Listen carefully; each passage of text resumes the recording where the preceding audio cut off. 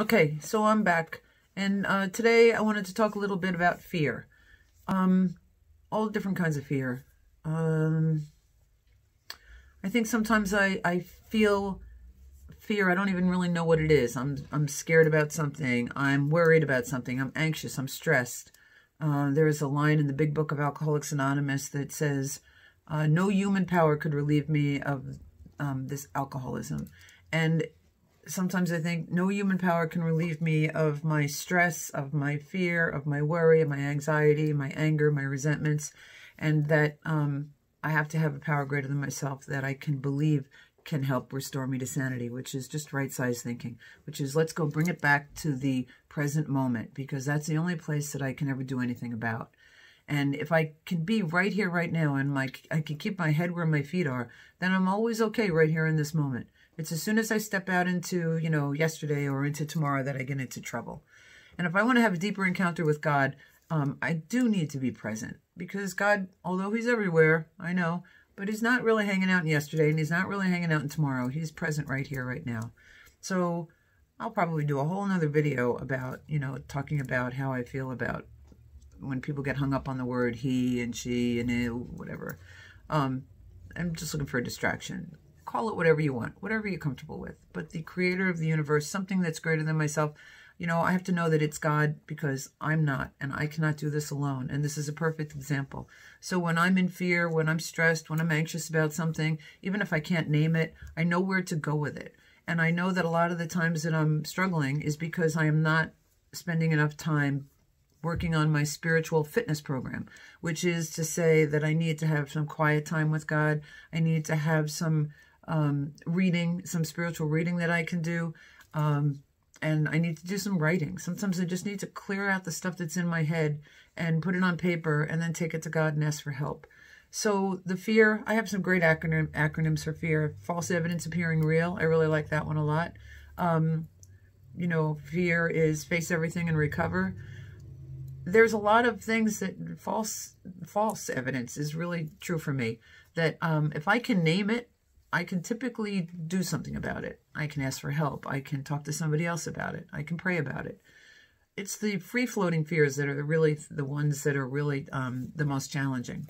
So people will say, well, what's going on? I don't know. Well, I probably do know, but I haven't spent any time thinking about it. So I'm being kind of lazy. So if I sit down and I do some writing and I do some reading and I do some quiet time and ask God to help me, sometimes I'll just say, like, I'm just going to sit on your lap, God, until I find that peace that passes understanding, because I am so completely out of my mind, thinking about things that I can't control, thinking about things that I have no knowledge of how it's going to work out. It goes back to step 2, to the insanity of, wanting to know, demanding in a way to know what's going to happen here.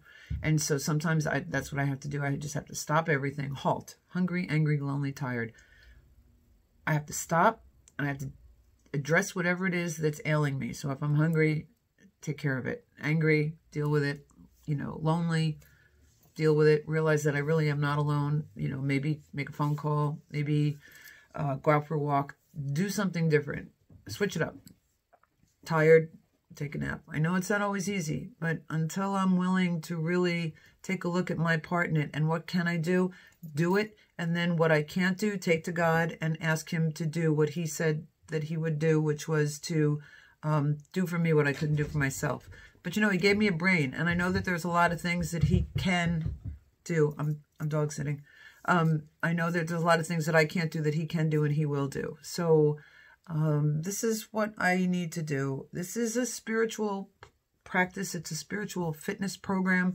When I'm getting off the beam, when I feel like I'm going off into the woods, I've set my GPS and I want to go towards happy, joyous, and free. And then I start to veer. I start to veer into the weeds. And, my GPS will say, please get back on the highlighted path, or please make the next legal or illegal U-turn and just get back on the path and start over. And I don't have to go back and beat myself up. There's somebody that I listen to that says, when I get in and the GPS says, where have you been? And what tell us about your mother. And it doesn't care about that stuff. And it doesn't care about, where you've been. It doesn't care where you are, because it works on satellite. I think I've said this already in one of the other videos, but it's something that I have to keep repeating. And I do work with other people, and I do a lot of reading, and I do a lot of writing, and it does take me time to do this work because it doesn't come naturally. You know, I think what comes naturally sometimes is just fear and worry and thinking about how I'm comparing myself with other people, and it always comes out poorly. So I just wanted to say that sometimes, and this is a time for me right now where there's a struggle. It's not always easy. And it's important to let other people know that you struggle, because sometimes when they see you and they think, oh, you got it all together, they don't feel the permission to reveal to you that they have things going on too. And then we end up doing that, comparing my insides with their outsides. And I always end up, you know, falling short, or, you know, thinking I'm better than. Again, it's ego, and ego is always going to be there. It's trying to distract me, and it's trying to separate me from God, and I gotta go.